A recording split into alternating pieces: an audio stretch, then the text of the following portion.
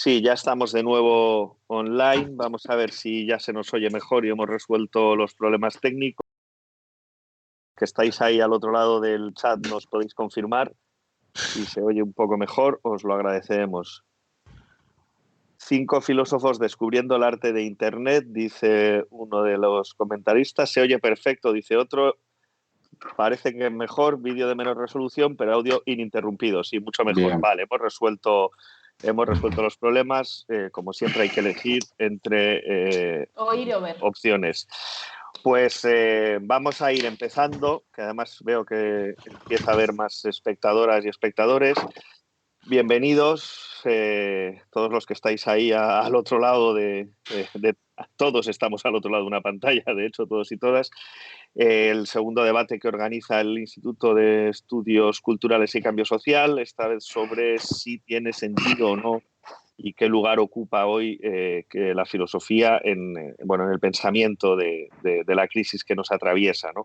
Tenemos a 4 filósofos y filósofas, a 2 y 2, a Santiago Gersunov, que es doctor en filosofía, experto en Hannah Arendt, profesor en la Carlos III, editor, autor de Ironía On, entre otras obras. Tenemos a Sandro Fernández, que es también doctor en filosofía, gran traductor, también ensayista, con varios libros también de poesía, de relatos, novelas. A Luciana Cadalla, también doctora en filosofía, también autora de varios libros, uno de ellos en una gran editorial que es la mía, Lengua de Trapo, El Círculo Mágico del Estado, además de Mediaciones de lo Sensible en Fondo de Cultura.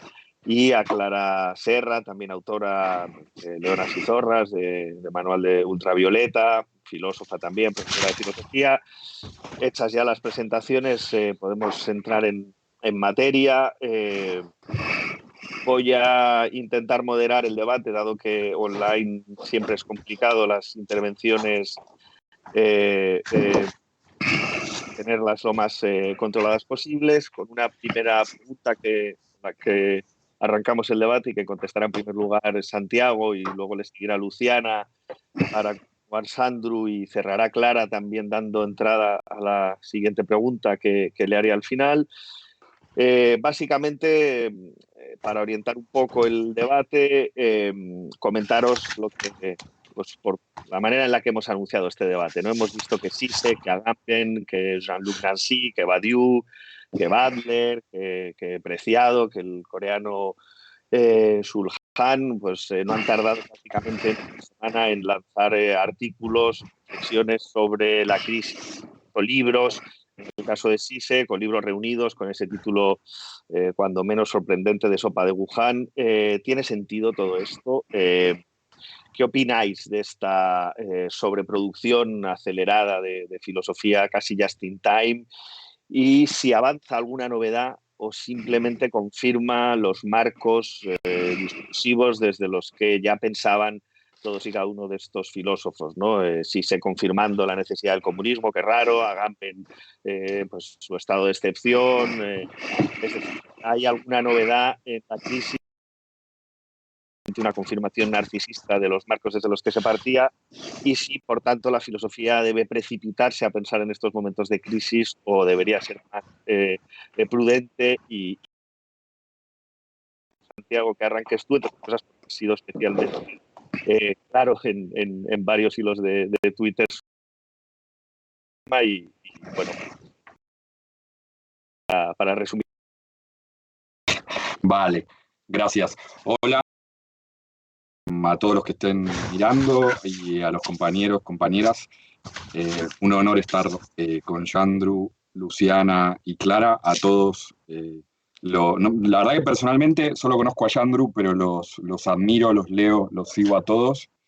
Y a Jorge por la invitación y al Instituto por la iniciativa, que esperemos por lo menos sea divertida, ya que estamos todos encerrados. A ver qué podemos decir. No me hago cargo, que tengo empleados que tuitean por mí y esto es otra cosa. Así que eso, no sé qué leíste, pero esto es muy serio. Twitter no. No, bueno, a ver, ¿qué debe hacer la filosofía? Si se debe precipitar o no en momentos de crisis. como que me queda un poco grande, o nos queda, ¿no? Decir qué debe hacer la filosofía, ¿no? Que la filosofía no es una, ¿no? Es un conglomerado de discursos donde estamos un montón de filósofos, entre muchas comillas, o por lo menos gente formada en filosofía discutiendo y diciendo cosas súper distintas unas de otras, contradictorias a muerte, con lo cual, no sé, ¿no? Primero por ese lado es difícil saber qué debe hacer la filosofía, ¿no? Eh,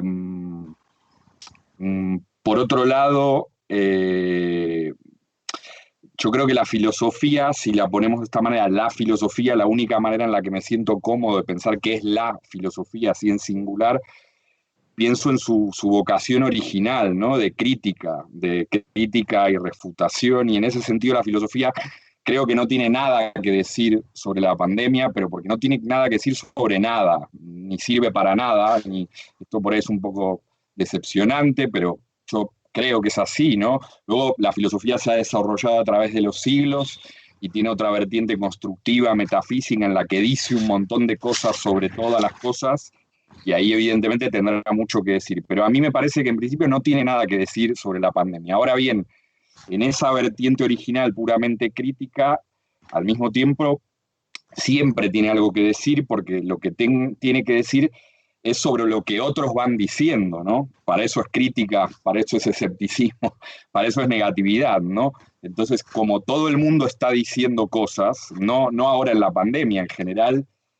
bueno, lo que yo llamo nuestra conversación pública de masas, ¿no? Actual, ¿no? A través sobre todo de los medios digitales, todo el tiempo todo el mundo está diciendo cosas, está desplegando discursos con pretensión de saber, de poder, igual que en la Atenas clásica, cuando apareció la filosofía, digamos, cuando surgió, precisamente para triturar, negando, refutando y clasificando este montón de discursos. Entonces, en ese sentido creo que siempre tiene algo para decir y por ese lado del ejercicio clasificatorio y negativo, digamos, refutativo de los múltiples discursos que hay ahora en pugna, creo que, por ejemplo, ahora es algo así espero que hagamos aquí, ¿no? Vamos a hablar de lo que se está diciendo.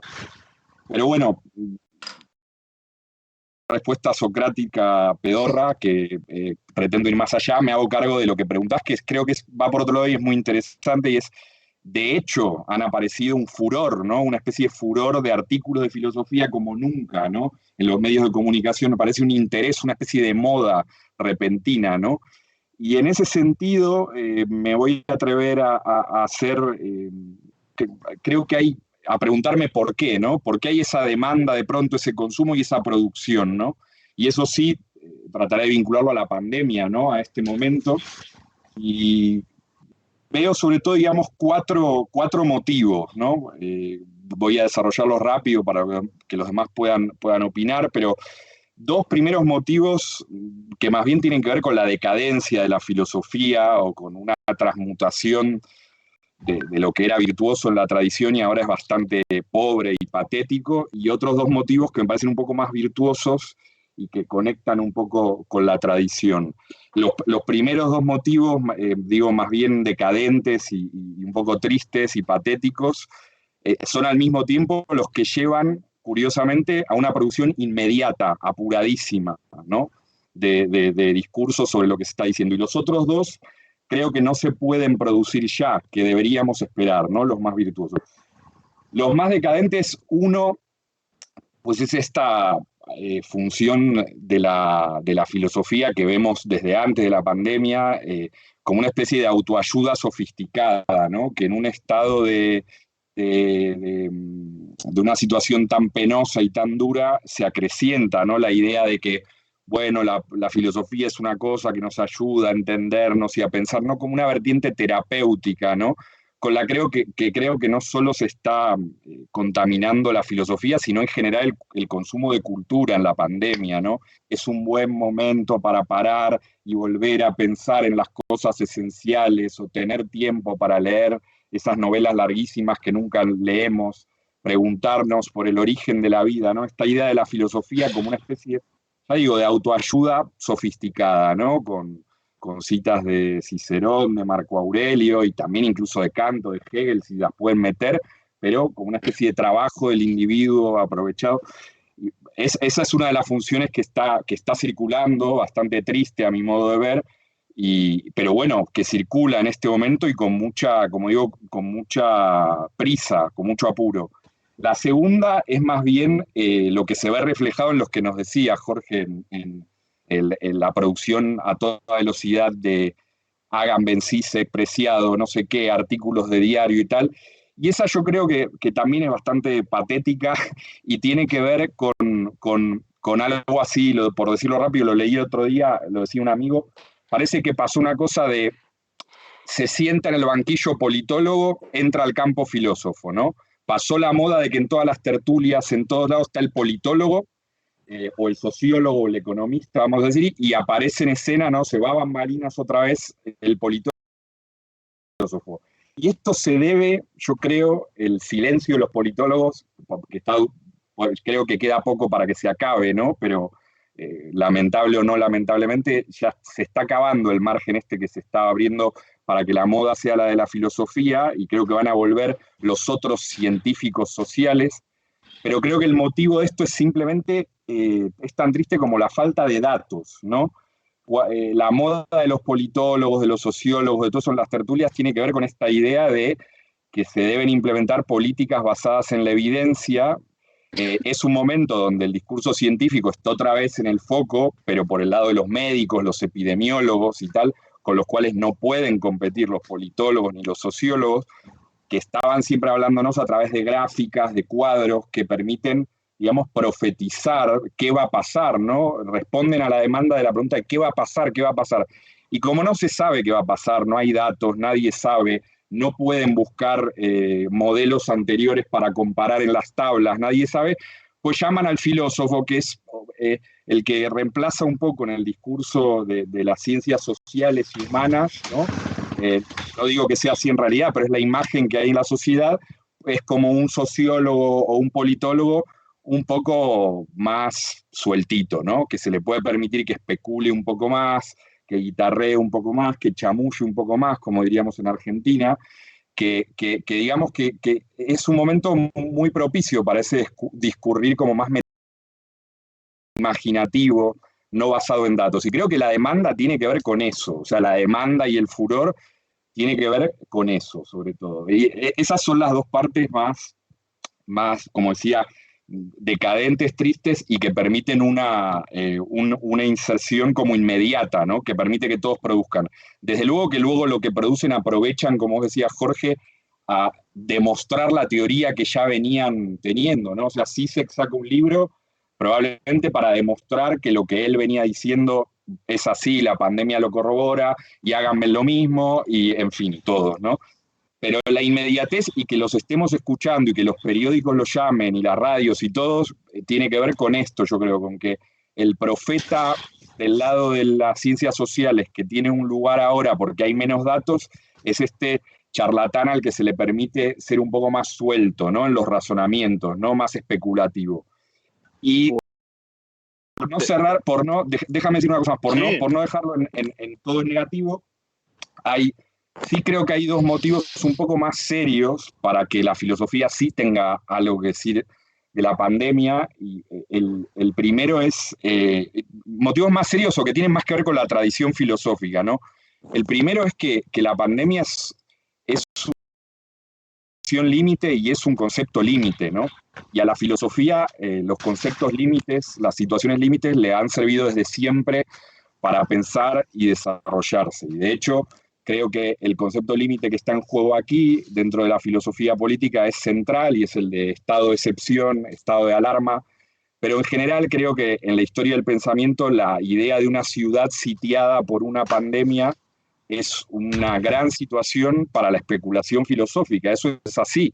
Suena feo, pero en ese sentido, toda la tradición, o sea, la fascinación que tiene Hobbes con la historia del Peloponeso, de la guerra del Peloponeso de Tucídides, el empeño que pone en su traducción en las partes dedicadas a la peste, tiene que ver con que probablemente su propia teoría política funciona con un concepto extremo, con un concepto límite, el de estado de naturaleza, que tiene mucho que ver con lo que él aprende de la peste, ¿no? Entonces creo que hay, evidentemente, motivos para que la pandemia traiga una serie de situaciones que permiten preguntar por la naturaleza humana, por la naturaleza de los lazos sociales, de los lazos familiares, y creo centralmente del concepto de soberanía, de la relación entre la soberanía y las libertades individuales y todo esto. Lo que pasa es que lo que no creo es que se pueda escribir como Zizek un libro al día sobre esto mientras dura la pandemia. Es decir, Hobbes tardó bastante en escribir el Leviatán. Quiero decir, en esto creo que deberíamos seguir atendiendo a la idea de Hegel, ¿no? De que la filosofía en todo esto pues aparece al atardecer de los acontecimientos, ¿no? Pero sí me parece que eso es propicio, ¿no? Y lo dejo ahí. Es propicia la pandemia para pensar filosóficamente de manera profunda. Me parece un poco extraño que lo estén haciendo tan rápido, porque ni siquiera saben bien sobre qué están pensando, ¿no? Muy bien, pues te doy paso. Vale, bueno, trataré de ser breve en esta respuesta. En primer lugar, felicitar esta iniciativa bastante pertinente. Gracias, Jorge, por tomar aquí la bandera, y a los compañeros y compañeras que van a estar aquí tratando de reflexionar juntos. Yo, siendo muy hegeliana, voy a dar un argumento kantiano. Me parece que lo que decía Santiago era muy lúcido en el sentido de que hay una operación de mercado por la cual se recurre a los filósofos, pero me parece que están pasando varias cosas al mismo tiempo. Es decir, por un lado está la operación de mercado que recurre a nosotros, por otro está lo que nosotros somos capaces de hacer con eso, y por otro lado es lo que le sucede a la filosofía a partir de lo que nosotros hacemos. ¿Y por qué digo que es un argumento kantiano el que voy a dar? Por una sencilla razón. Me parece que Kant, y en eso, digamos, en el texto con Germán Cano lo explicitamos porque es algo que recoge Foucault, Kant dice algo que Clara va a conocer muy bien, y es la cuestión del uso público de la razón. A mí la palabra la razón quizás me molesta un poco, porque ha dado lugar a una idea de razón un poco estrecha, pero público de la palabra. Es decir, en un momento donde la palabra a nivel mundial está prácticamente cooptada por las corporaciones, y en ese despojo de la palabra, justamente lo que tiene lugar, en ese despojo de la palabra, lo que tiene lugar es una privatización del discurso. Entonces por eso no es posible pensar de otra manera, no es posible salir del libreto neoliberal, etcétera. La posibilidad de hacer un uso público de la palabra es un ejercicio republicano y en ese sentido igualitario. Es decir, nos estamos desde la filosofía haciendo cargo de la construcción del sentido común. Y eso en sí mismo me parece algo valioso, porque si no dejamos a los Trump, a los Bolsonaros, a Fox News, que se encarguen de elaborar la narrativa mundial acerca de lo que significó la pandemia, y terminamos todos con las iglesias evangélicas, tanto en Sao Paulo, para que se vaya el coronavirus. Entonces sí es importante la intervención. En esa intervención, como ya han anunciado ustedes, ha habido como ciertos discursos que lo que intentan simplemente es reforzar las propias trayectorias filosóficas. Y ahí es donde veo un problema. Y vuelvo a Kant, y vuelvo a la lectura que Foucault hace de... ¿Por qué? Porque en el uso público de la palabra, que propiciaba Kant en la intervención en los periódicos, lo interesante, más allá de la producción del sistema filosófico que uno haga en otro tiempo, en el uso público uno lo que trata de pensar es cuál es la diferencia de hoy con respecto al ayer. Y eso es lo que quizás el mero reforma filosófica impide.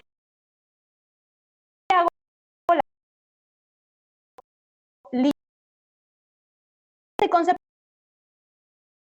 que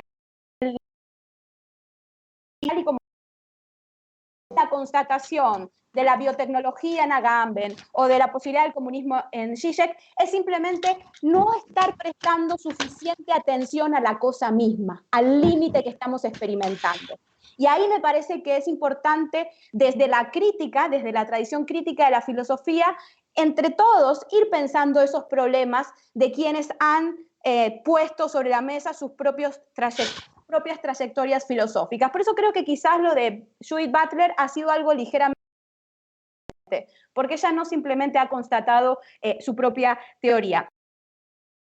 Para concluir, me parece que no se trata en el lugar de juez de determinar cuándo debe o no intervenir la filosofía, porque digo, no ganamos demasiado en un argumento meramente normativa. Hay gente que ha intervenido y eso ha generado un efecto. Pues entonces nosotros, si no nos gusta el efecto que ha generado, tenemos que intervenir en la cosa pública y decir por qué no nos gusta y hacia dónde queremos que la filosofía vaya o hacia dónde queremos que vaya el pensamiento crítico. Y esto simplemente para terminar, porque si no vamos a caer o bien en el fracaso de la izquierda, que es, no, primero hagamos autocrítica para ver cuáles son las condiciones propicias para intervenir, o bien en el argumento conservador normativo en el que sencillamente la filosofía tiene su tiempo moderado y por lo tanto está el momento adecuado en una especie de preconcepción armónica de cómo debemos intervenir en la realidad, cuando la realidad siempre en sí misma es un desajuste en el que nosotros estamos interviniendo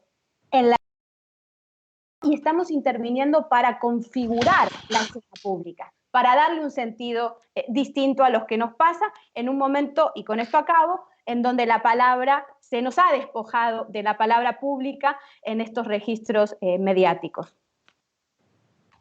Una cosa de intendencia que nos comentan por el chat es que cuando no intervengáis, apagar el micro, la función del micro, porque si no se cuelan los gestos, los movimientos, los papeles y se oye muy mal, nos dicen desde el chat. Sandru, te doy la palabra, así que no mutes el micro ahora, sino que habla y ahora los muteamos los demás. Muy bien.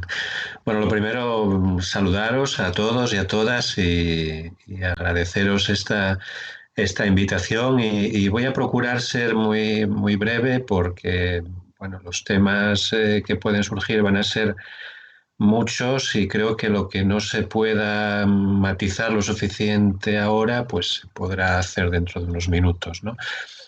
Y además porque bueno, hay poco que añadir. Quiero decir, me gustaría que Luciana y Santi hubieran dicho algo que me hubiese gustado menos, ¿no? Para poder atacar o sacar aquí algún tipo de discrepancia importante, pero creo que han estado muy en su sitio y han señalado por dónde van bueno, por dónde hay que trazar el mapa, ¿no? Me ha gustado especialmente lo que decía Santi del silencio de los politólogos, porque aparte de que es un título cojonudo para algo, no sé para qué, lo utilizaremos fijo, refuerza una percepción que tenía yo desde el comienzo de este aluvión de artículos, Zizek, Butler y compañía, que es un poco lo que ocurre cuando hay una sequía y el agua del embalse baja un montón y empiezas a ver que aflora el campanario de la iglesia del pueblo que está abajo, ¿no? Eso es un poco algo parecido, es decir, de repente han enmudecido los politólogos, los educadores, los sociólogos, los psicólogos, tal, ¿y quién queda? ¿A quién le preguntamos? ¿A quién preguntan los medios? Al filósofo, que siempre tiene algo que decir, ¿no?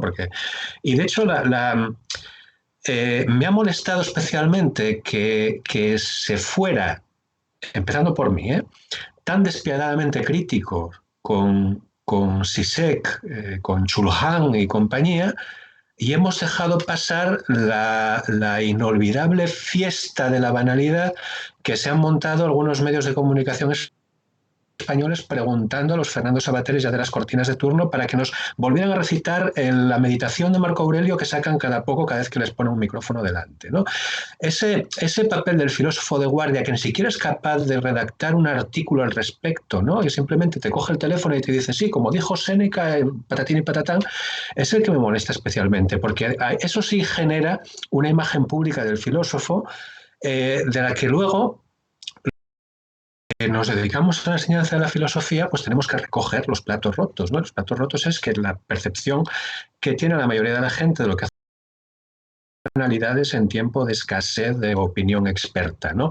Y eso creo que es especialmente preocupante. Por eso, las intervenciones de Diu, de López Petit y compañía, pues aunque la mayor parte de ellas me han parecido insatisfactorias, porque ya me resultaba insatisfactoria la manera que tenían estos autores de responder a la mayoría de las cuestiones, ¿no?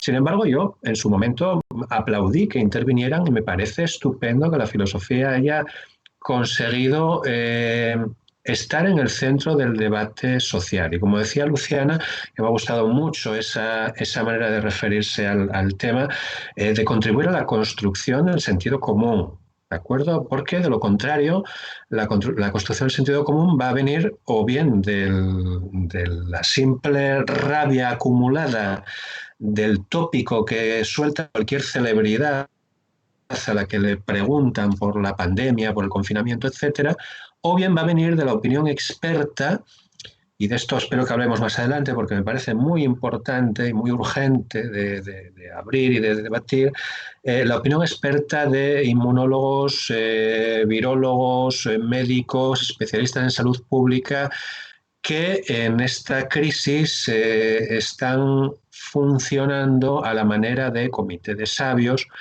y se están, a mi juicio, arrogando unas atribuciones que en una sociedad democrática no les corresponden, ¿no? Entonces, por una vez, creo que la filosofía tiene que hacer aquí un poco de, más que de búho o de lechuza, tiene que hacer de animal que madruga, que como no tengo ni puta idea de animales, pues no sé qué animales son los que salen al amanecer, pero seguro que los hay, que seguro que se puede construir una metáfora con ellos.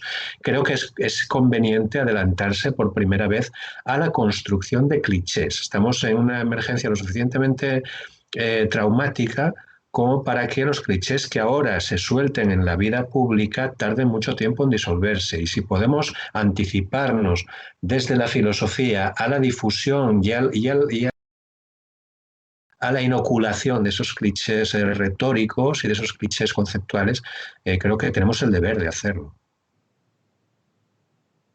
Fantástico, pues voy a permitir que Clara cierre este turno introduciendo, como habíamos hablado antes, la siguiente pregunta para que puedas hacer un poco de puente entre ambas preguntas, ¿no? La siguiente pregunta que desde el instituto es la de que, haciéndonos eco de la experiencia de nuestra política reciente en el marco de las reflexiones políticas en el ciclo del cambio político del que venimos casi todos y todas, y en paralelo del difuso uso de nociones como posverdad o como fake news, tan en boga y más aún durante esta crisis. La pregunta que nos hacíamos es si sirve la crítica hoy, para la crítica filosófica, para movilizar conciencias, para generar una posibilidad, entre comillas, ilustrada de discusión en las sociedades actuales, ¿no? Si en el fondo la crítica tiene condiciones de posibilidad o un lugar de enunciación posible, o estamos ya en un barro no solo anti-ilustrado, sino donde el lugar de enunciación de la crítica se hubiese vuelto imposible, ¿no? ¿Se me oye? Sí. Bueno, lo primero que hola a todos y que nada, un placer y enhorabuena por la iniciativa, Jorge, y al instituto. Cuando me dijo Jorge de participar en esto, le dije, a ver, no tengo mucho que decir porque la verdad es que lo que me ha pasado todos estos días es que, primero que me parece imposible pensar, o sea, me parece una situación en la que es muy difícil pensar, me resulta muy difícil escribir, por ejemplo, y creo que es una cosa que le pasa a bastante gente. He hablado con algunos escritores que me dicen es que es imposible escribir una sola línea, o sea, creo que estaría bien reconocer que son condiciones difíciles para eso y no hacer como que no existen, porque, bueno, está... Entonces, claro, yo pensaba, bueno, lo que están diciendo algunos filósofos no me está pareciendo especialmente lúcido ni novedoso, debo ser yo que estoy confinada y entonces, pues como no puedo pensar, pues me está resultando poco lúcido. Luego pensé que ellos también estaban confinados y igual, pues a lo mejor también no estaban diciendo nada nuevo porque también estaban confinados, pero bueno, más allá de la broma, o sea, yo creo que tiene mucha razón el análisis de que la filosofía aparece aquí como una demanda de, bueno, que hablen los filósofos ante una situación como de vértigo, ¿no? Donde hay un vacío por delante y entonces se nos da inusualmente la palabra a los filósofos cuando eso es algo que nunca ocurre, cuando creo que es cierto que los filósofos, como decía Santiago, venimos más bien a hablar después. Siempre venimos a hablar después y hacer una crítica y siempre tiene que haber habido alguien que hable en un discurso anterior y venimos a poner el dedo en la llaga y a hacer una crítica a ese discurso, que es justamente cuando no se nos quiere escuchar, ¿no? Pero bueno, sí que creo que desde luego, por entrar en lo que pregunta Jorge con respecto a la siguiente cuestión, la filosofía siempre tiene esta función de hacer un análisis crítico, una discriminación con respecto a cuáles son las condiciones de la palabra o cuáles son las condiciones del discurso. Y me parece que estamos en un momento en el que, desde luego, hay una enorme incertidumbre, inmensa incertidumbre, que nos hace preguntarnos por cuáles son las condiciones actuales del conocimiento o cuáles son las condiciones actuales de la verdad. O sea, sin ir más lejos, con respecto al propio virus, a mí me parece que bueno, no sabemos por qué surge todavía, no sabemos cuándo, no sabemos dónde, no sabemos, por ejemplo, se ha hablado mucho de si los datos que nos llegan de China son fiables o no son fiables, no sabemos si los países están midiendo igual los datos y por tanto la información que nos llega en realidad no sabemos si está comparada, contrastada o no, no sabemos cuánta gente lo tiene, o sea, tenemos todo el rato cifras y datos, pero en realidad al mismo tiempo una especie de sospecha en que, bueno, ya veremos si esos son los datos que después tenemos ¿no? Fiables. No sabemos si se supera. Ahora mismo dicen, bueno, no sabemos si una vez que se supera ya la gente es inmune. No sé si os ha pasado que tenéis alguna persona cerca que lo tiene o lo ha tenido estos días, pero es que es una incertidumbre absoluta mientras lo tienes. O sea, ni siquiera sabes cuánto dura, si te curas, cuándo es fiable que has salido del coronavirus o no has salido del coronavirus. Los médicos te dicen, bueno, estamos realmente perplejos con este virus. O sea, parece un virus que se resiste especialmente, ya no a la que encontremos la vacuna, sino a que sepamos algo fiable con respecto a él, o a que haya unas reglas de cómo funciona, ¿no? 1.000 millones de síntomas, bueno. Creo que es esa incertidumbre que estamos viviendo, una incertidumbre de la comunidad científica que me parece que es muy evidente estas semanas, a la que se suma además pues una falta de transparencia generalizada, bueno, el uso político de la información y también lo que decía Jorge, el tema, bueno, lo que sacaba también Luciana, ¿no? El tema de las fake news, el tema de los bulos, que me parece un síntoma clave de la época en la que estamos, esa proliferación de mentiras y esa acusación de mentira, de una especie de guerra de todos contra todos, que yo me fijaba estos días de la insistencia que está poniendo, por ejemplo, Vox en llamar bulo a lo que hace el gobierno. Es decir, que esa palabra con la que describimos desde hace un tiempo lo que hace un partido de ultraderecha, lo está usando ese propio partido de ultraderecha para deslegitimar y desacreditar cualquier otro discurso. Y luego, por otro lado, la aparición de estas cada vez más presentes empresas de fact-checking, de comprobación de la verdad, ¿no? Que están surgiendo, porque como hay muchos bulos, pues entonces aparecen empresas privadas, empresas de información, empresas de comunicación privadas que vienen a restablecer la verdad, ¿no? Y a discriminar la verdad de la mentira en ese inmenso mar de bulos que hay a nuestro alrededor. Me parece sintomático de unas condiciones para la verdad o de unas condiciones para discriminar la verdad de la mentira, sea lo que signifique la verdad, muy difíciles en las que los filósofos, creo, y la crítica tienen mucho que decir. Creo que, de hecho, estas empresas de verificación, ¿no?, de las noticias están contribuyendo a socavar las condiciones en las que se puede distinguir lo verdadero de lo falso. Lejos de ayudar, en realidad están haciendo que al final todo pueda ser mentira, todo es mentira. Y me parece que ahí sí que los filósofos tienen que hacer una tarea importante, porque me parece que cuando se socava la mínima credibilidad de la información, del conocimiento y de las instancias que pueden hablar y que puedan tener, ya digo, cierta credibilidad para nosotros, y si encima además estamos en una situación en la que la ciencia pues tiene algo que conocer con cierta dificultad, se está abonando el terreno para, también por otro lado, que aparezcan promesas salvíficas de verdad total y discursos que me parece que pueden ser ahora mismo muy peligrosos. Por supuesto, todas las teorías posibles de la conspiración, y hemos visto mucha tendencia o muchas tentaciones de explicar con explicaciones teleológicas la aparición del virus y qué está produciendo el virus, que por cierto los virus y las pestes siempre han tenido detrás esos relatos de explicación total, ¿no? Me estaba acordando estos días mucho del VIH y por cierto creo que deberíamos reflexionar estos días sobre el VIH y las consecuencias que ha tenido, pero no sé si os acordáis de esas explicaciones del VIH como un restablecimiento de la naturaleza que volvía a poner las cosas en orden y a cada cual en su sitio, ¿no? Bueno, me parecen condiciones en las que pueden surgir discursos totalitarios o promesas de la verdad totalmente acríticas.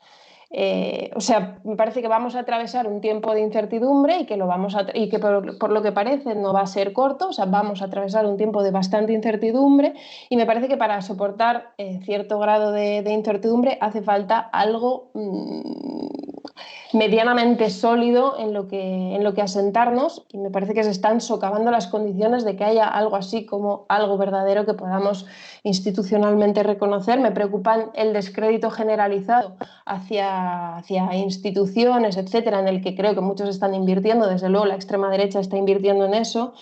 Y pensaba estos días, por ejemplo, qué pasaría si no existiera la OMS con toda la precariedad que eso tiene, y pensaba en el descrédito que parece que Estados Unidos está haciendo de la propia OMS, una institución muy precaria, pero al fin y al cabo una institución en la que parece que medianamente podemos más o menos confiar o esperar que diga algo.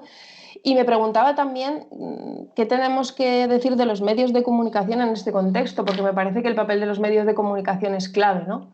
Y si no debería haber algún tipo de acuerdo acerca un tipo de acuerdo de los medios, porque insisto en que esta manera de abordar el problema de la mentira, de los bulos, de las fake news, me parece que está siendo más problemática aún.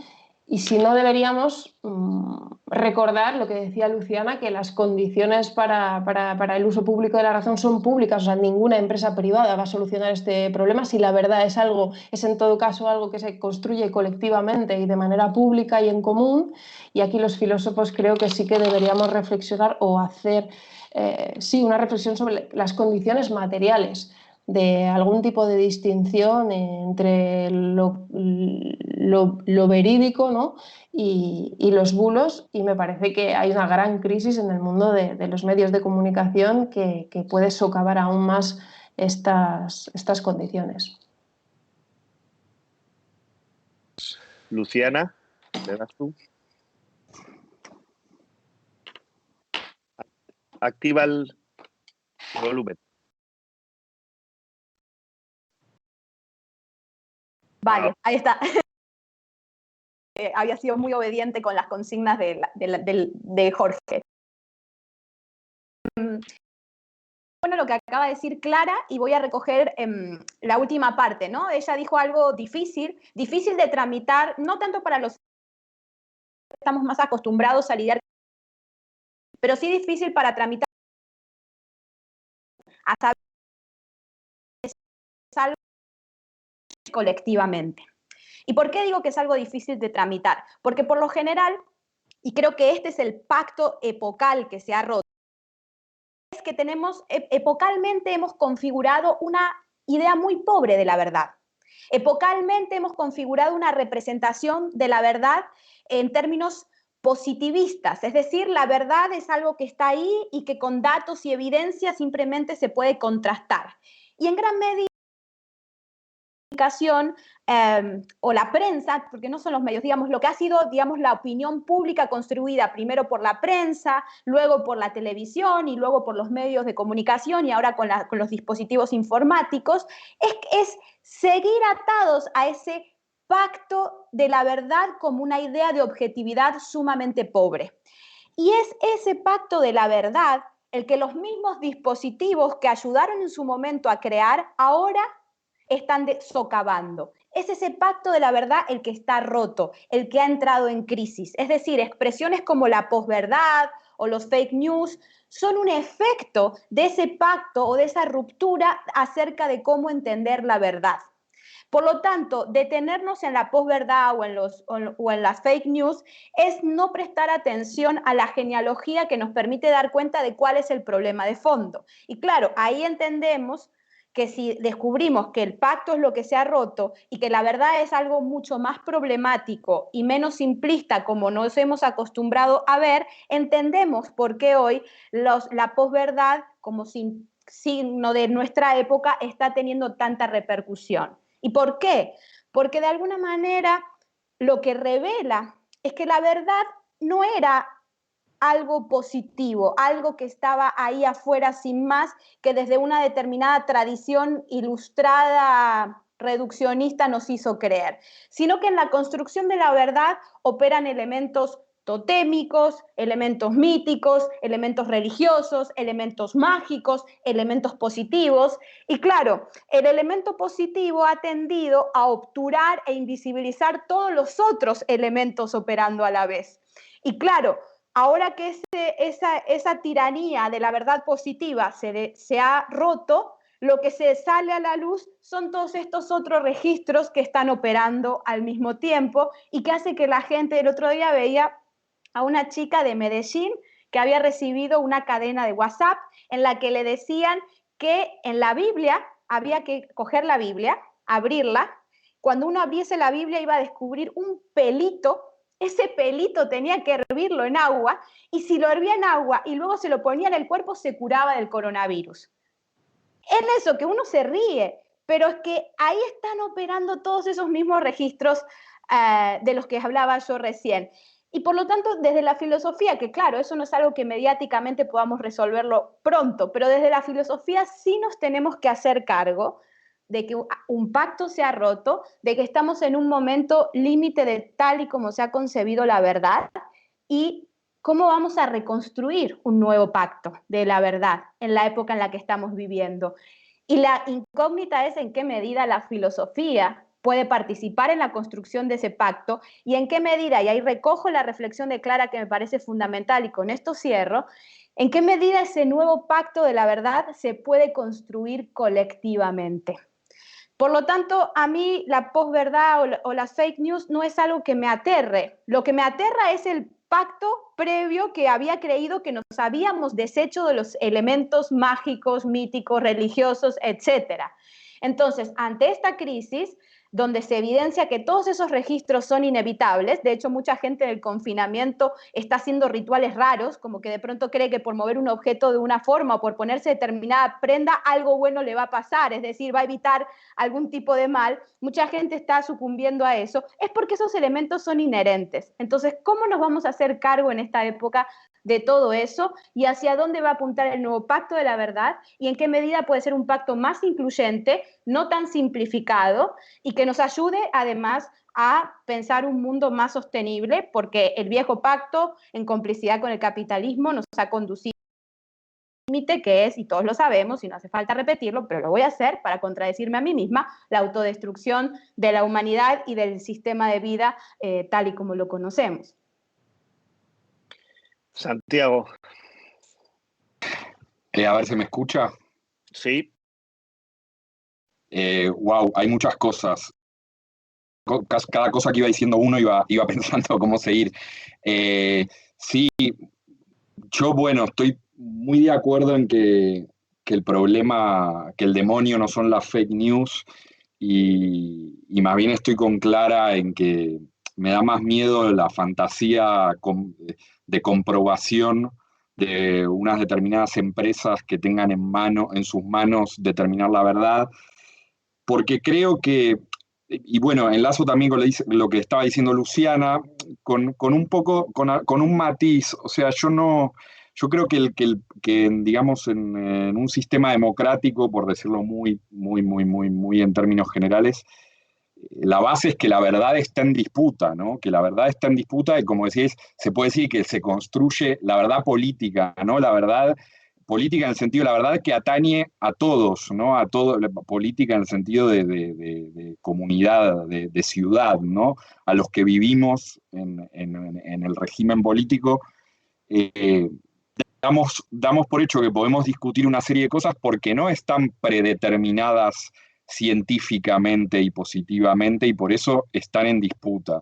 Y efectivamente me parece bien cómo lo habéis descrito, un poco entre Luciana y Clara, esta idea de que, está muy bien lo que decías Luciana, de que es como si de pronto la idea de verdad que sentimos corrompida es una verdad positivista, muy reduccionista, y es de esa de la que acusan los que están como locos con las fake news y los bulos parece que tienen una especie de melancolía, ¿no? De una especie de verdad positiva, científica, que en realidad no se sabe cuándo rigió, porque en realidad regir como tal, en términos políticos, no ha regido nunca. Creo que la postura de los gobiernos, que lamento en esto reproducir un dictum un poco de la ultraderecha en este momento, pero en algunos momentos uno puede decir frases que tengan afinidad. Yo creo que es que cuando los gobiernos dan cuenta de sus políticas, en estos dicen, y hablo de los gobiernos, no hablo solo del español, quiero decir que me parece que es un fenómeno mundial, solamente dicen, nosotros solo estamos haciendo lo que dicen los científicos, como si fuera una tecnocracia, ¿no? Como si gobernaran directamente los científicos, me parece que echan más leña al fuego a esta creencia en que las fake news son el demonio y que se podría construir, si los gobiernos solo obedecen a los científicos, bueno, por supuesto, se podría construir un ministerio de la verdad que determinara científicamente qué políticas hay que desarrollar, qué está bien, qué está mal, y precisamente un sistema político en el que mejor o peor hay un momento de asamblea, de conversación pública, donde se confrontan argumentos, justamente existe porque no hay una determinación científica de qué política conviene hacer. Necesitamos ese momento de deliberación y discusión pública para decidir. No digo ya qué es verdad y qué no, porque por otro lado, la verdad se aplica en distintos campos, algunos muy específicos y determinados dentro, pero cuando hablamos de la verdad, entiendo que estamos hablando de la verdad de la ciudad, de la verdad política, y esa no hay otra que construirla en discusión, y se ve en la propia tarea de los políticos que en realidad no pueden obedecer a los científicos. Los científicos les darán informes y ellos tendrán que cotejar y manejarse en ese en medio que nunca es científico, de tomar decisiones las mejores posibles, pero nunca perfectas. Entonces, la única verdad que vale, la de la ciudad, es una que se construye públicamente, y en ese sentido vuelvo al principio a lo que estaba diciendo Candru, estoy de acuerdo, los filósofos, y con lo que decía Luciana en la contestación de la primera pregunta, no podemos, me da mucha vergüenza hablar con ese nosotros de los filósofos, pero bueno, los filósofos no pueden o no deberían escaparse de participar de la construcción de ese nuevo sentido común, y tienen que dar la cara, ¿no? Buscar, como decía Yandru, un animal que no sea la lechuza, que levanta su vuelo al atardecer, sino que está antes. Creo que no es complicado, ¿no? Encontrar el animal para la metáfora, quizás sí, el gallo, decían unos por acá, el gallo que te despierta, ¿no? No sé si es eso, pero quiero decir que no es muy complicado en términos de la tradición filosófica, que la tradición filosófica tiene ese origen justamente que no era volar como la lechuza hegeliana al atardecer, sino que era precisamente, Sócrates me refiero, estar dando caña a estos discursos que pretenden tener verdad, que tener una verdad, no en la época de Sócrates eran los poetas, los sofistas, en nuestra época probablemente sean en algún caso alguna clase de experto científico que deje de lado, como decía Luciana, toda esa otra parte de construcción de la verdad que tiene que ver con otro tipo de tradiciones, afectos, informaciones, etcétera. Pero el filósofo puede simplemente estar presente refutando esos discursos con pretensiones, estas agencias de comprobación también a ellos. No investigar los hechos como hace Neutral o no sé, ese tipo de empresas, pero sí aclara su propia pretensión, ¿no? De instalar una especie de verdad comprobativa científica. Es que si fuera posible, ¿para qué mierda no un asamblea, tipo de deliberación? O sea, si hubiera alguien que pudiera determinar científicamente las políticas que esos datos tienen que tener, no haría falta todo este teatro, ¿no? Hace falta, ¿no? y el miedo es que alguien haga creer que no hace falta, creo. Y bueno, lo dejo para la siguiente, pero me parece, era algo que recogía de la primera, pero bueno, lo dejo para la siguiente tomando un poco lo que decía, muy importante, y la tendencia teleológica, ¿no? La especie de renovación secularizada de teodicea, ¿no? Que hay en este momento con las supuestas razones de la naturaleza o las cosas que podemos aprender el virus, o ese tipo de pensamiento retrospectivo de, claro, el virus ha venido porque, ¿no? Encontrar una especie de hilo de sentido, ¿no? Entre historicista y... A mí en estos días un texto que se me ha venido mucho a la mente es además de, también me resultó curioso, Luciana, que también, que es ilustración de Kant, es un texto que en estos días sale a colación y te viene a la cabeza, pero otro menos conocido, que es este opúsculo un poco posterior, que se llama sobre el fracaso de todo ensayo filosófico en la Teodicea, ¿no? Que es un intento de Kant, ¿no? de refutar la tendencia que es una situación parecida a esta, ¿no? El terremoto de Lisboa en 1755 desata una cantidad, ¿no? La Teodicea, sabéis, vosotros lo sabéis, lo digo por si alguien está escuchando, es el intento, ¿no? que se hace de justificar la bondad de Dios ante eventos claramente malos, ¿no? Como un terremoto que mata a un montón de gente. ¿Cómo explicas que es el Dios creador, que es bueno, el que ha generado eso también, ¿no? Y en ese intento de justificación que se desarrolló en el siglo XVIII, venía de Leibniz, Kant aparece también para criticarlo justamente, y creo yo que esa línea es algo en la que tenemos que se levanta a las terceras, sino más bien como el gallo que está muy despierto y muy atento. Tenemos que desarrollar que muchas veces vienen de algún tipo de ecologismo, ¿no? La idea de que el virus viene por algo y que, ¿no? De que de lo malo en realidad viene algo bueno, ¿no? De que tenemos que entender cuál es el mensaje bueno detrás del malo. Sí, lo dejo. Sandro, ¿cierras tú esta pregunta, este bloque? Venga, a ver si me oís. Acabo de darle al micrófono. Joder, la verdad es que estáis planteando un montón de cuestiones y sintetizar lo que a uno se le va viniendo a la cabeza a medida que vais hablando es muy complicado. Yo, en esa construcción social, no tanto del sentido común, sino de ese ideal de verdad objetiva que llevamos arrastrando pues siglos, y que además yo creo que es conveniente arrastrarlo unos cuantos siglos más, o unos cuantos años hasta que yo me muera. Luego ya podéis hacer con él lo que queráis, pero creo que es muy antropológicamente muy útil. Creo que la modernidad siempre ha tenido sus problemas acerca de cómo construir esos espacios de contención y de iluminación, por así decir, de la verdad. Es decir, ¿dónde está la verdad objetiva, ¿no? Y ha tenido que recurrir siempre, o esa es mi impresión, a instituciones premodernas para fundamentar esa idea de verdad objetiva. Concretamente a la Iglesia y a la universidad. Estoy pensando que son las dos instituciones premodernas que han conservado una vigencia social a lo largo del tiempo, quizá una más que la otra, afortunadamente, pero son los dos receptáculos, por así decir, del TIC, ¿no? Por el cual un enunciado adquiere las condiciones de enunciado a verdadero, ¿no? ¿Qué ocurre en una situación como la que vivimos, contemplándola más desde el confinamiento que desde la pandemia en sí?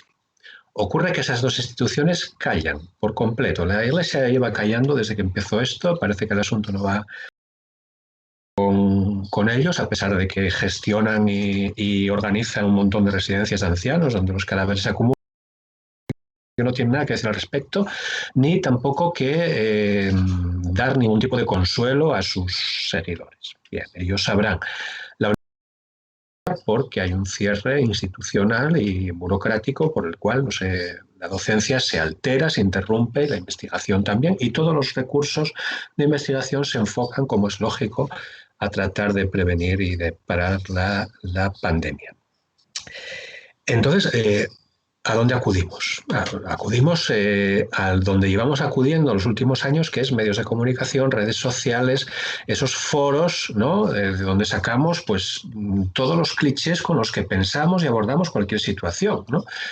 No es nada raro, estamos acostumbrados a hacerlo.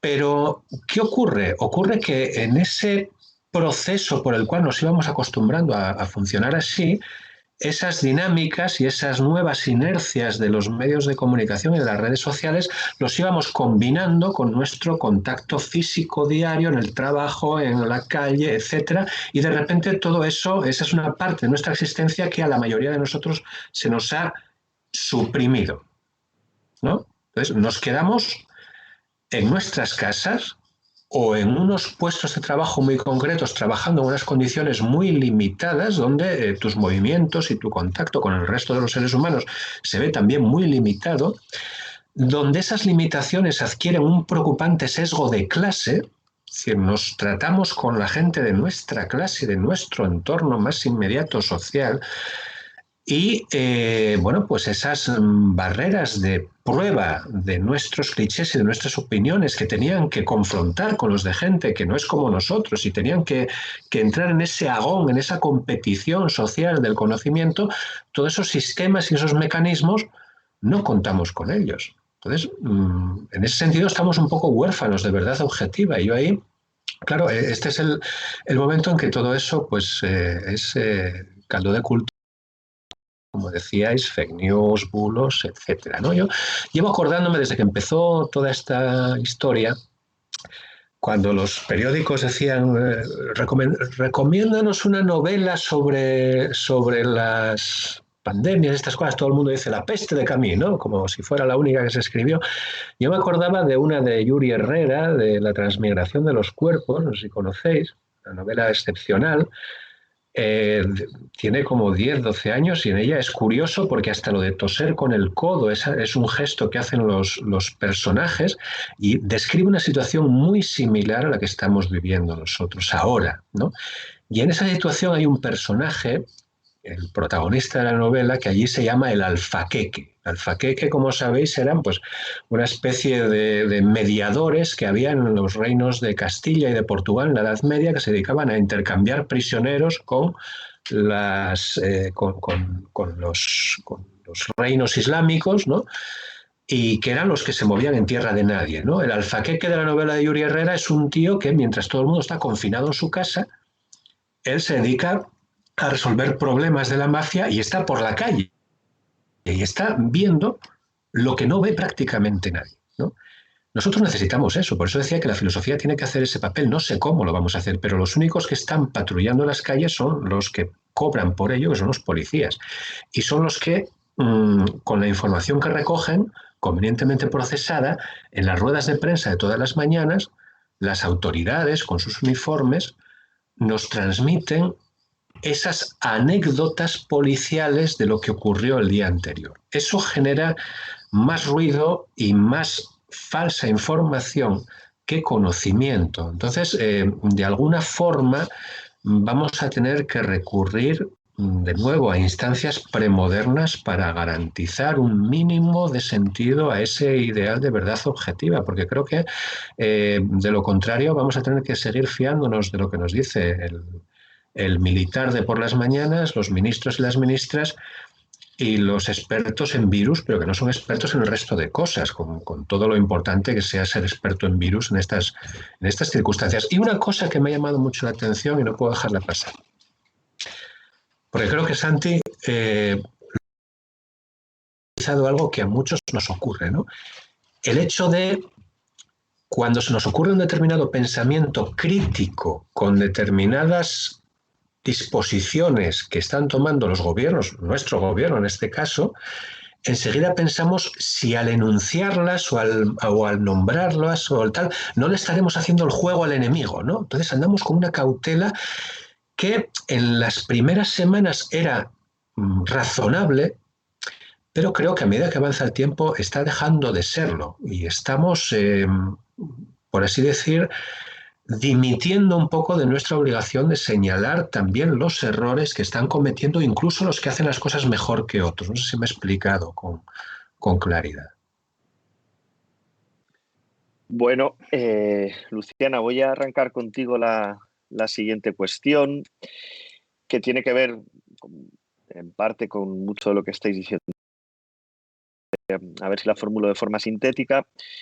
Ante el malestar indudable, o los malestares más bien sociales que está despertando esta crisis, y los que va a despertar, porque nos adentramos seguramente en formas de crisis económica y de comportamientos y de relaciones muy potentes, ¿en qué se distinguiría esa negatividad social, de ese malestar en bruto, por decirlo de alguna manera, del ejercicio crítico de la filosofía, ¿no? ¿A través de qué rasgos, que sería la forma en positivo, la crítica puede generar alguna forma de sinergia con esos malestares, y hasta qué punto esas sinergias posibles o imposibles de la crítica con ese malestar social encontrarían un límite en lo discursivo, habida cuenta de que nos estamos hasta cierto punto adentrando en una forma de malestar con una dimensión indudable afectiva e incluso corporal, ¿no? Te lanzo esa pregunta y luego pediré que Santiago y después Sandro y Clara la voz.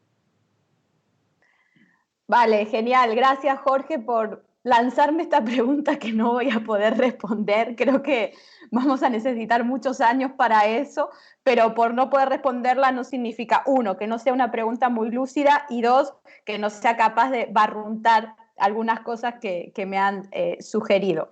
Pero como no puedo enfrentarla directamente, voy a hacer un pequeño rodeo. Me va a llevar un atrás con lo que dijo, a lo que estuvieron diciendo los compañeros, y voy a ver si con ese rodeo puedo decir algo. Me parece importante con respecto a la cuestión de la ciencia y a la cuestión del discurso científico, ¿no? Porque claro, el problema de decir que la verdad se construye colectivamente pareciera haber detrás de ese presupuesto un voluntarismo, ¿no? En el sentido de, bueno, todos nos vamos a poner de acuerdo acerca de qué va a ser verdadero y falso. Y siempre, siempre, digamos, la historia, el presente, la política es más trágica, y por lo tanto nuestra voluntad, gracias a Dios, siempre falla, y al fallar se producen unos efectos inesperados, ¿no? Entonces, cuando decimos que la verdad se construye colectivamente, tiene que ver con quizás lo que sugería Santiago, de que es un campo de disputa, pero no es que podamos determinar voluntariamente cómo querer construir la verdad, ¿no? Eso en primer lugar. En segundo lugar, creo que ese pacto de verdad no tiene por qué ser antagónico con el discurso científico. Yo creo que tenemos un problema desde la filosofía de la herencia heideggeriana de ver al discurso científico como un discurso utilitarista, como un discurso ingenuo, de un realismo ingenuo, pero no hace más que ver cómo la ciencia produce conocimiento hoy, para entender que la ciencia se acerca más al pensamiento poético que a esa ficción que nosotros tenemos de cómo funciona el discurso científico.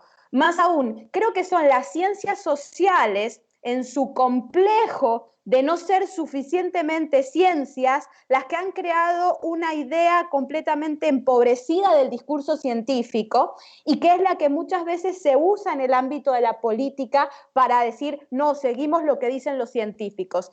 Y es esa politiquería del discurso científico la que hay que dinamitar, pero no la ciencia y no el discurso científico tal y como hoy funciona en muchas ramas, que es completamente fascinante y de nuevo más cerca de lo poético y lo trágico que de esta cosa tecnocrática de los que creen ser científicos sociales dentro de esta línea positiva. Dicho esto, y yendo a lo que vos decías, Jorge, a ver si puedo encararlo de alguna manera. La pregunta es, efectivamente, el malestar es una negatividad, es decir, es la constatación de que algo se quiebra y experimentamos una falta, que por lo general la falta siempre la experimentamos de manera individual, las cosas no nos satisfacen y nos fijamos, tenemos fijaciones con objetos, personas, que creemos que esas son las causantes de la insatisfacción que nosotros experimentamos. Pero en un momento determinado, esa sensación de falta, que suele ser individual, se convierte en una sensación de falta colectiva. Es decir, por algo que no terminamos de entender muy bien, muchos nos ponemos de acuerdo a experimentar colectivamente una determinada insatisfacción. Claro, el problema es esa insatisfacción, ¿cómo la convertimos en un malestar? ¿Y cómo podemos trabajar ese malestar para poder ir dotándola de un sentido positivo? Y ahí es donde intervienen, y en esto el psicoanálisis lo ha pensado muy bien, en esto ustedes los laclausianos lo sabrán, la teoría de Laclau lo ha pensado muy bien, ahí aparecen en esa tramitación, que es el momento mágico y es el momento que no sabemos cómo tiene lugar, en esa tramitación del malestar a objetualizarlo, a ponerle un concepto, a ponerle una imagen, a determinarlo, ahí están operando los elementos totémicos, libidinales, religiosos, míticos, fantásticos, llamémoslo como quieran, pero ahí está operando eso que no terminamos de nombrar. Y claro, la pregunta es, ¿qué podemos hacer nosotros desde la filosofía para poder ayudar a traducir ese malestar y de nuevo que ese malestar no sea canalizado, por figuras como Trump o como Bolsonaro o como las iglesias evangélicas en América Latina, por ejemplo, donde rápidamente encarnan el malestar en la idea de que a través de un rezo colectivo el coronavirus se puede curar y da igual lo que Bolsonaro como medida política a nivel de la economía mundial vaya tomando. ¿Cómo hacemos nosotros para encarnarlo en la ficción de la economía? ¿Cómo hacemos para encarnarlo en la ficción de la emancipación? ¿Cómo hacemos para encarnarlo en la fantasía republicana? ¿Cómo hacemos para encarnarlo en la idea de que podemos ser más igualitarios? Ahí es donde yo creo que está todo el desafío. Y ese es un desafío en la que todos estamos participando desde el arte, desde la ciencia, desde la política, desde la filosofía, desde las ciencias sociales, desde el pop, es decir, desde todos los lugares al mismo tiempo, ¿no? Y creo que ese es el gran agujero negro en el que nos encontramos ahora mismo, pero a diferencia quizás de antes de la pandemia, en donde era muy difícil pensar epocalmente ese gran malestar que es el capitalismo, la pandemia curiosamente es un momento en donde la humanidad en su conjunto está tramitando un malestar y donde lo que está en disputa es cómo lo vamos a significar. Estamos ante un momento teológico, estamos ante un momento religioso, es decir, cómo vamos a nombrar ese malestar, cómo lo vamos a significar. Y en gran medida eso no depende de nuestra voluntad, aunque todos tenemos que trabajar para nombrarlo, y dependiendo de cómo lo nombremos, cómo lo signifiquemos, eso ya va a generar unos efectos de aquí quizás a muchos años, acerca de cómo la humanidad va a ir tomando forma a sí misma, ¿no? Entonces estamos en un momento crítico, en el sentido interesante del término, donde sí se están jugando muchas cosas incalculables, ¿no? Se ha abierto una brecha, es decir, la negatividad está a flor de piel, lo real está a flor de piel. Y bueno, a trabajar en ello. Sandru, por brevedad que nos vamos acercando a la hora límite para darle a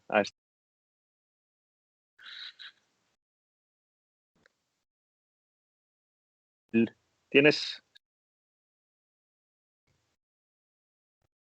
Sí.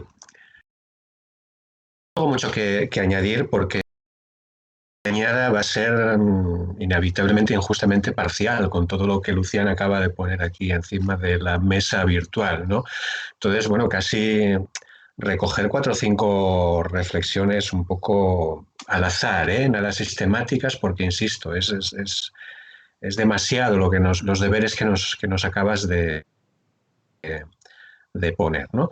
Pero lo enlazaría precisamente con esa cuestión de la posibilidad, del lugar de la filosofía, ¿no? Porque creo que es un poco el matiz que consciente o inconscientemente, la reflexión filosófica está constantemente eludiendo, ¿no? Es decir, de la incardinación material de la filosofía, dónde se hace la filosofía, que no es solamente qué estilo filosófico tenemos que desarrollar, sino dónde y en qué circunstancias y en qué contextos operacionales y materiales tenemos que desarrollarlo, ¿no? Nuestro lugar necesariamente tiene que estar en la educación, porque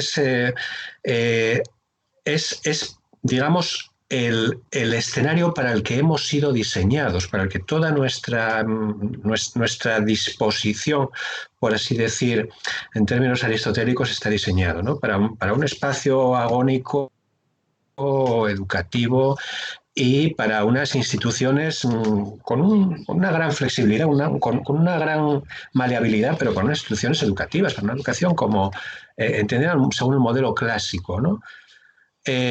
Todo eso ya llevaba varias décadas, digamos, siendo cuestionado, y nos costaba redefinir nuestro lugar en esos nuevos modelos educativos. En estas circunstancias, ese lugar se nos ha cerrado aún más. Yo creo que no estamos lo suficientemente preocupados sobre lo que significan los cierres de los institutos de enseñanza secundaria, por ejemplo, o el parón que significa el parón universitario, cómo se va a gestionar en el próximo curso y en los próximos años, ¿no? Sé que estas cuestiones, para un tipo de filosofía, digamos, aérea, ¿no?, son demasiado groseras y demasiado materiales, pero son el suelo en el que tenemos que desenvolver nuestro trabajo. Y llevamos décadas haciendo como y como si la filosofía pudiera refugiarse en nuestros libritos sobre Foucault o nuestros libritos sobre el problema del ser en Aristóteles, cuando la efectividad social de la filosofía no está ahí, está en la enseñanza. Y bueno, pues igual, por aquello de hacer de la necesidad virtud, igual esto es un buen momento para que nos lo replanteemos, ¿no? Y para que seamos un poco más conscientes de que no somos querubines intergalácticos, sino que somos funcionarios, como diría Hegel, funcionarios del espíritu, ¿no? O algo parecido.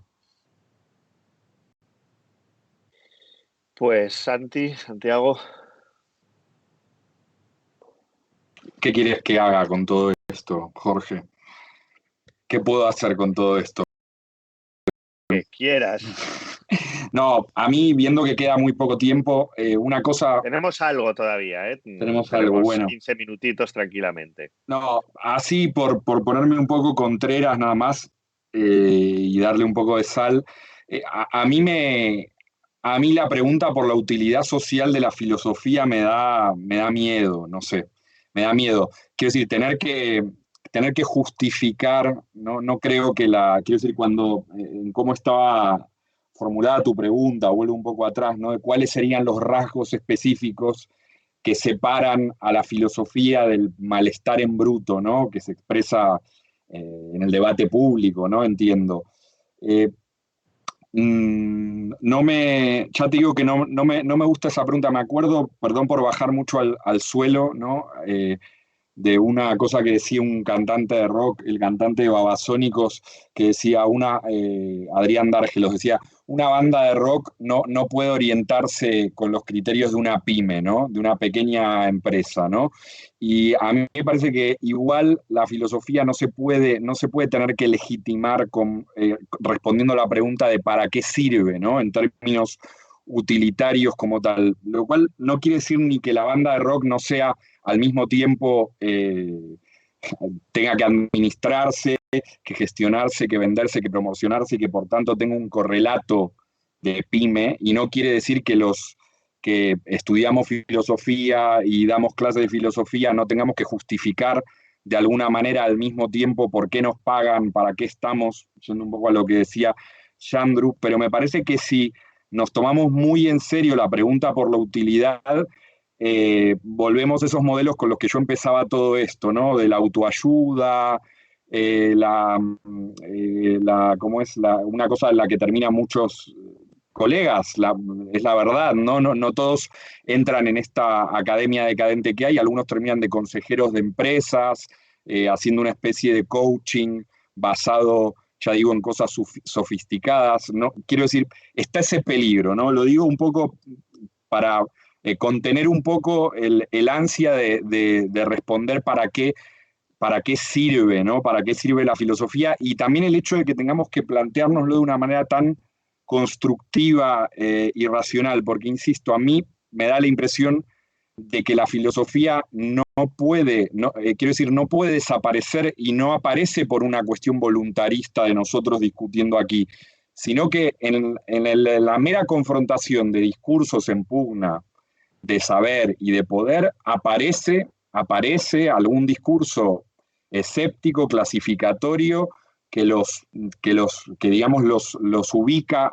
a todos, y ese tiene que venir un poco después, de acuerdo con Yandru, que no venga tan después y que ahora es hora de intervenir directamente, pero es inevitable que aparezca la filosofía. Creo que a mí la pregunta por la crisis de la filosofía en ese sentido me genera un poco de desazón, porque da la impresión que depende de nuestra voluntad y de nuestra discusión en este tipo de foros que la filosofía desaparezca. Pasa lo mismo con la literatura, con el arte, con la narrativa. Muchas veces parece que tenemos que buscar una estrategia, y creo que tenemos que partir de que es imposible que no surja.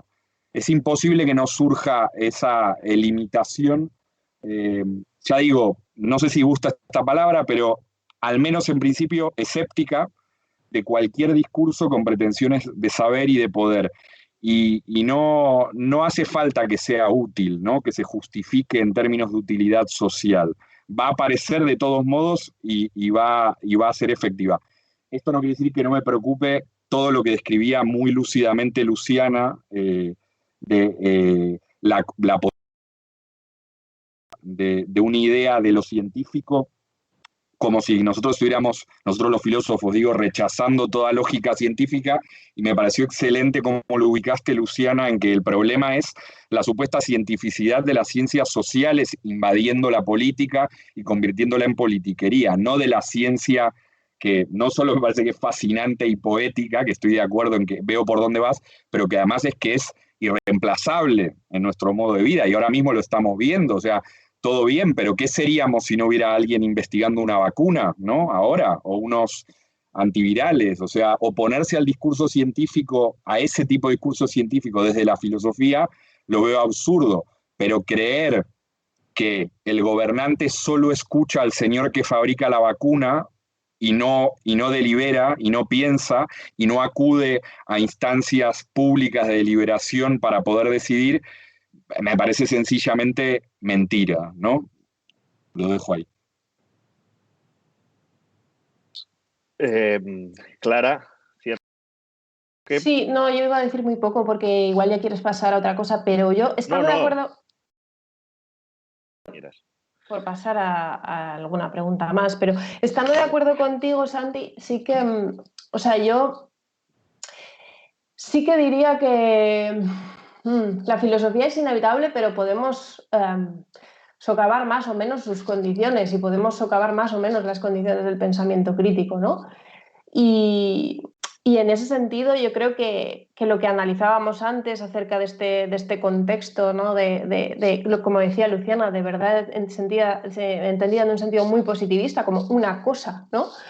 Una cosa más, que está o no está, y entonces esa acusación de bulos a la que responde después en empresas de verificación de cuál es la verdad, porque no era esa, entonces yo te la doy, que en realidad al final van a acabar estando tan desacreditadas como los bulos, y este es el problema, y por tanto al final no resuelven para nada el problema porque siguen en ese contexto.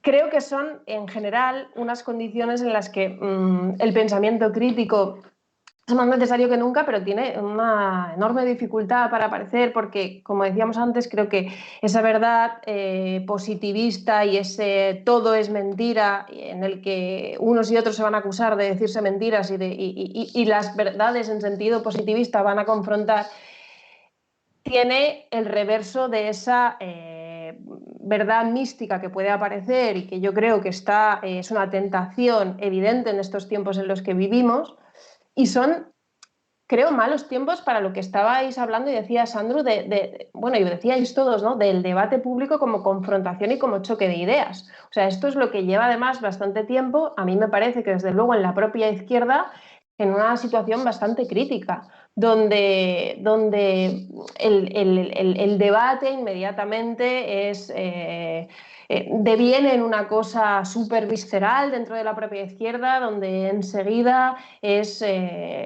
bueno, entramos en unos debates. En el feminismo, por ejemplo, es muy evidente, donde es muy difícil discutir y debatir y confrontar ideas con la voluntad de confrontarlas sin estar acusándonos casi de delitos y sin tener además tentaciones inmediatamente o punitivistas o de censura.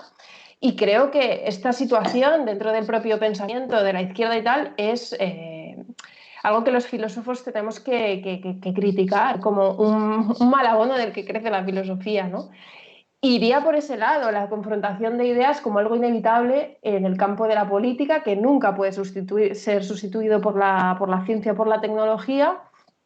Pero por eso también decía lo de los medios de comunicación. Creo que es un espacio evidente en el que hace falta invertir en más debate público, más debate de ideas, más confrontación de ideas y reclamar el aspecto inevitablemente político y confrontativo que le pertenece al pensamiento, ¿no? Entonces sí que no me confiaría, porque yo creo que sí que tenemos que reclamar que el pensamiento tiene condiciones materiales. Esto también es algo que tiene mucho que ver creo que con este momento y con esta situación que vivimos. Que bueno, en términos además feministas, que igual luego hablamos de eso, ¿no? Pero se ha puesto también mucho sobre la mesa esto de esta situación de pandemia revela cierta vulnerabilidad, revela los límites, ¿no? Revela, bueno, frente a esa ficción de soberanía ilimitada y de invulnerabilidad y de abundancia infinita y ese sujeto neoliberal, esto pone sobre la mesa los límites, pone sobre la mesa los límites del planeta, los límites de los cuerpos, hace muy evidente eso que el feminismo ha estado reivindicando constantemente, ¿no? Creo que también es importante poner sobre la mesa los límites o las condiciones materiales de la crítica en estos momentos especialmente. Y diría que es nuestra tarea, y eso nos compromete con, no sé cómo decirlo, sí, con algunas formas de funcionar, con algunos procedimientos, incluso con algunos dispositivos materiales y con algunas instituciones, ¿no? Pues efectivamente nos quedan varias preguntas que va a ser casi imposible responder. Queríamos haber terminado más o menos a las 7:30, pero hemos empezado algo más tarde, así que os voy a hacer una última pregunta para que contestemos casi en modo de conclusión. No tenéis por qué contestar a la pregunta si queréis cerrar desde otro lugar, pero sí quería lanzar esa última pregunta doble que ya ha introducido, de hecho, Clara, y que nos parecía crucial en el instituto, que las preguntas las hemos elaborado entre varias y varios, que tiene que ver uno con una cosa que ha dicho Clara y que no me parece casual, que toda esta efervescencia filosófica de la que hemos hablado, los Zizek, los Agamben, los Badiou, justamente de lo que no han hablado es precisamente ni de lo femenino, ni del cuidado, ni de esa otra dimensión que no quiero poner en continuidad no problemática, ni mucho menos, al contrario, pero que también habría desaparecido en ese giro de la filosofía hacia los estudios culturales, hacia una cierta politización, sociologización, que era la naturaleza como objeto de indagación, ¿no? Siempre en una división naturaleza-cultura y muy problemática, ¿no? Entonces, ¿por qué mezclo estas dos preguntas o estas dos dimensiones? Para hablar de eso que señalaba Clara, que me parece clave, es la idea de límite, ¿no? Lo impensado, ¿no? Sea en la forma de la diferencia sexual, sea en la forma del cuidado, sea en la forma de lo material, sea en la forma de la naturaleza, que esta crisis revela y que ha sido sintomático en justamente las publicaciones más leídas de los filósofos más mainstream, que es lo que no han hablado, ¿no? Os propongo una última ronda de intervenciones. Si queréis empezamos por ti, Santiago, y ya un poco de despedida porque os debería dos simple y llanamente la diferencia entre naturaleza, cultura, lo material y la diferencia sexual. En 3 minutos yo creo que eres absolutamente capaz, Santiago. Facilísimo, sí, sí. No. Dejo en el aire una pregunta que tenía todo el rato mientras hablaban Clara y Luciana, sobre todo, que se las quiero decir a ver si hay tiempo, que es, ¿de verdad creéis que esa tentación mística o de supersticiones, lo que contabas del WhatsApp, Luciana, de tu amiga y todo eso, es nueva? ¿Cuándo hubo un tiempo mejor respecto de todo eso? Lo dejo ahí un segundo y trato de decir en 3 minutos todo sobre todo lo que has preguntado. No, a mí lo de la naturaleza y la cultura, no, una cosa que me llama la atención con respecto al tema de los cuerpos, ¿no? Y de la gestión de los cuerpos, del cuidado y de la realidad de los cuerpos, ¿no? En todo esto es... enlazándolo con qué es la vida política, ¿no? Me parece que es muy curioso, algo que se ha consumado en esta situación de confinamiento, ¿no? Que un poco lo sugería Yandru, y es que si la configuración antigua del hogar, ¿no? El oikos griego antiguo frente a la polis, que era el afuera, era eso, un adentro contra un afuera, y la ciudad es el lugar donde nos confundimos nuestro cuerpo, pero nosotros con extraños, y podemos convivir con extraños, y se da la libre conversación entre iguales, ¿no?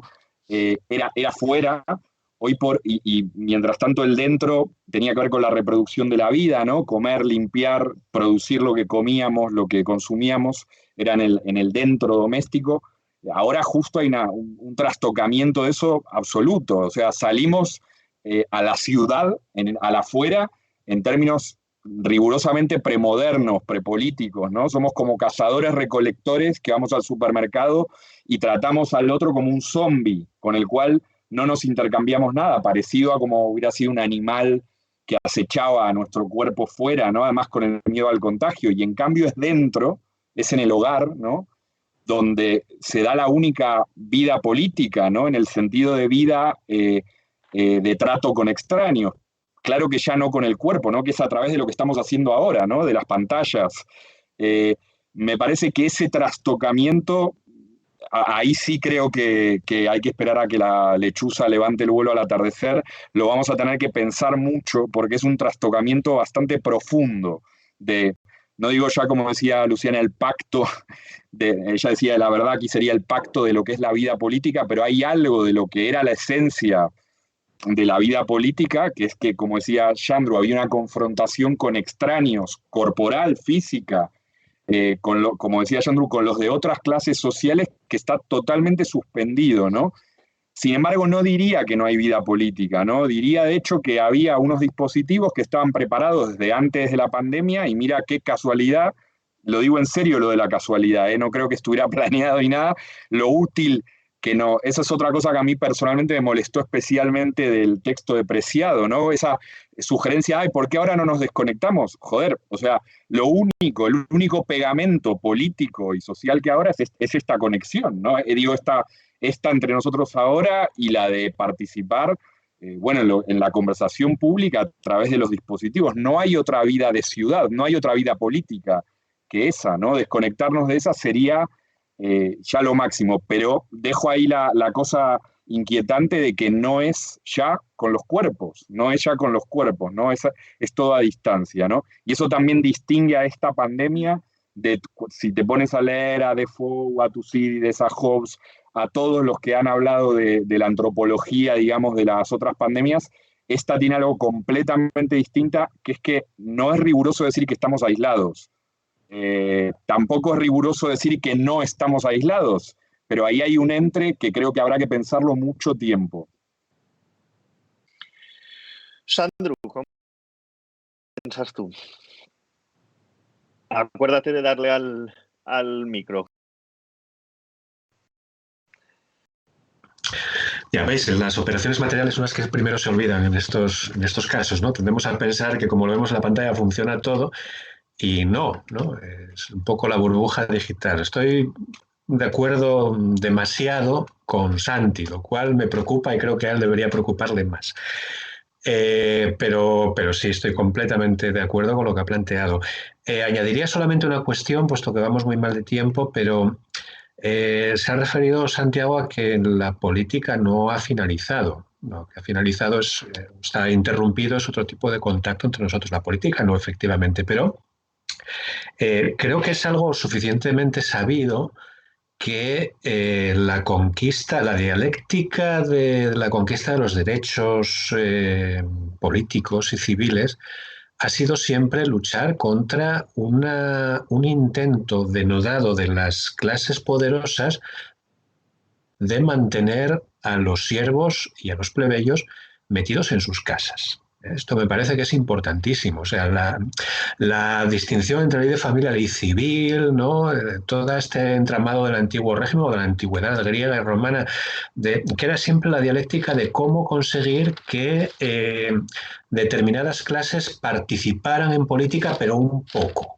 ¿No? Es decir, yo creo que si algo nos trajo la modernidad y si algo podemos estar agradecidos al concepto actual en uso y en ejercicio de democracia, es que hemos salido todos de casa. Otra cosa es que físicamente, económicamente, materialmente hayamos podido ejercer esos derechos que se nos reconocían, pero el derecho a salir del hogar y participar en la esfera política, y ahí es donde el feminismo ha tenido esa importancia tan bestial en esta conquista de derechos, creo que es crucial y que es precisamente eso lo que el confinamiento está poniendo en un serio peligro. A mí me aterra, y lo digo a modo polémico para cerrar el debate, pero a mí me aterra ver a gente que aprecio y estimo personal e intelectualmente congratularse del confinamiento y del encierro y ver en él una especie de lucha política por la liberación de los cuerpos. Nunca ninguna lucha política se ha llevado a cabo metiendo a la gente en casa, sino sacando a la gente de casa. Eso me parece fundamental que no lo olvidemos en este momento. Clara, ¿quieres comentar? No, muy de acuerdo. Yo recuerdo, por ejemplo, los primeros días en los que no sabíamos muy bien cuánto iba a durar esto. Y recuerdo que se puso bastante de moda en redes y tal el tema del teletrabajo, para cuándo el teletrabajo y tal.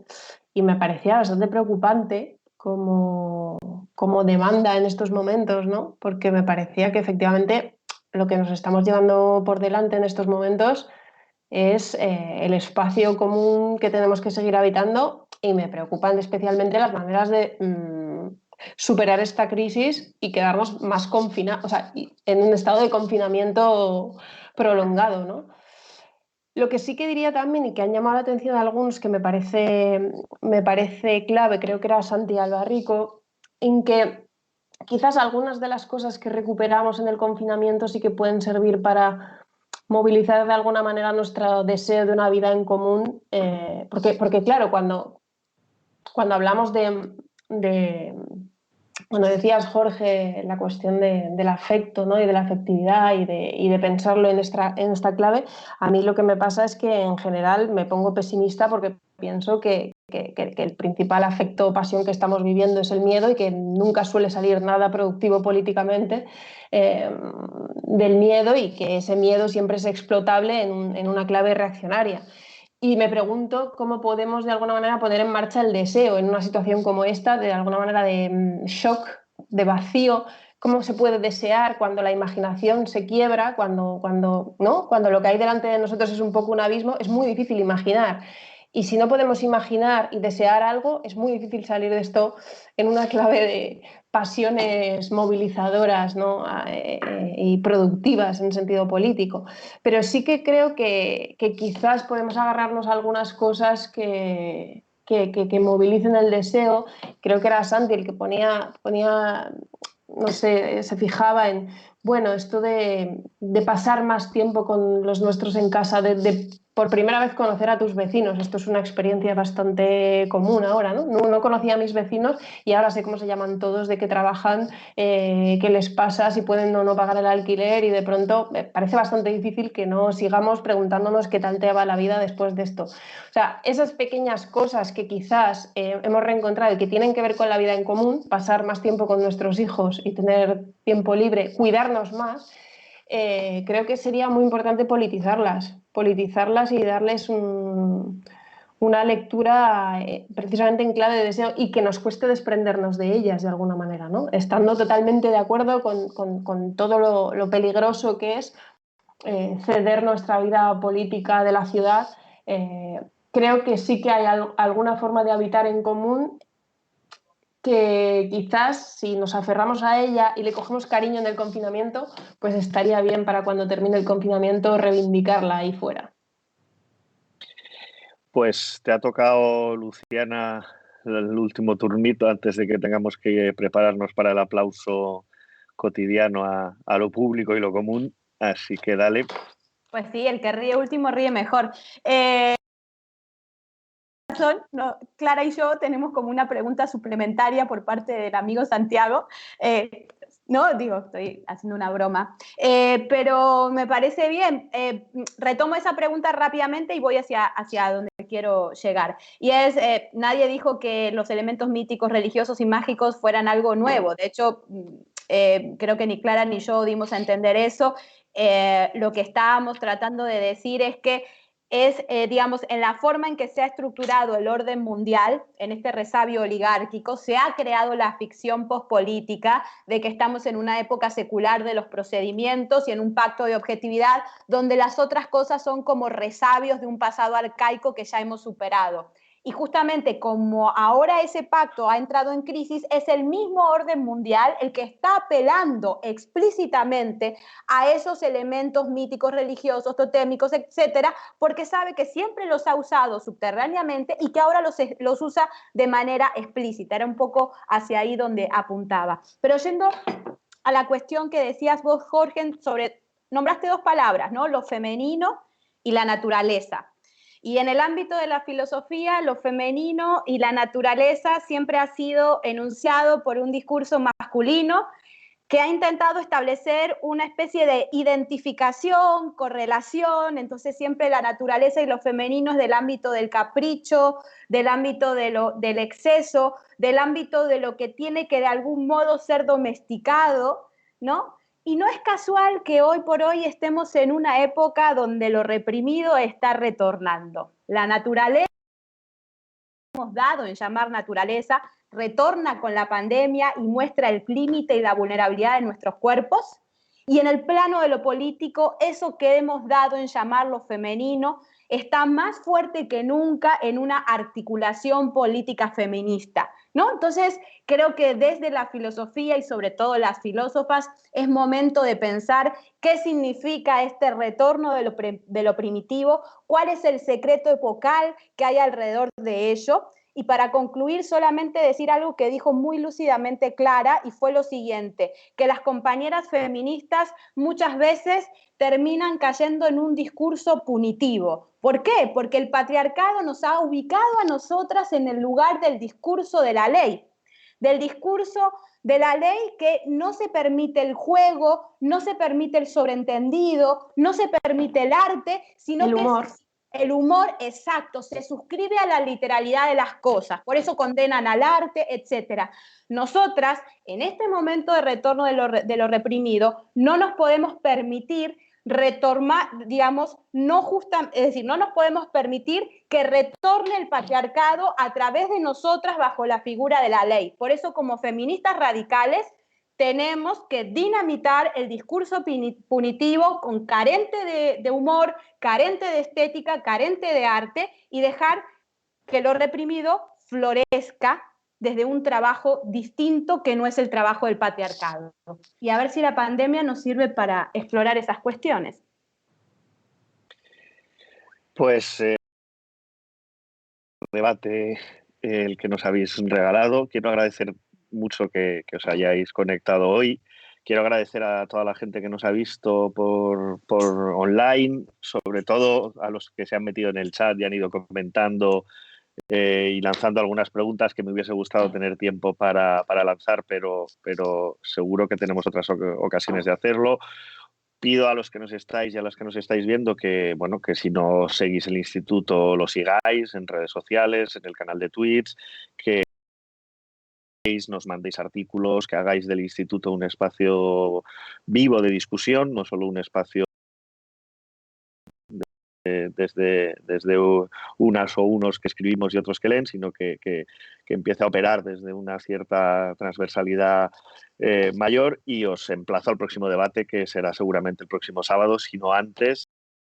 Nos quedan apenas 10 minutos para abrir un par de cervezas y salir a los balcones a del hemisferio, que hay mucha gente que nos está viendo seguramente desde América Latina, desde otras latitudes, y en fin, que un abrazo y que cuidaos mucho.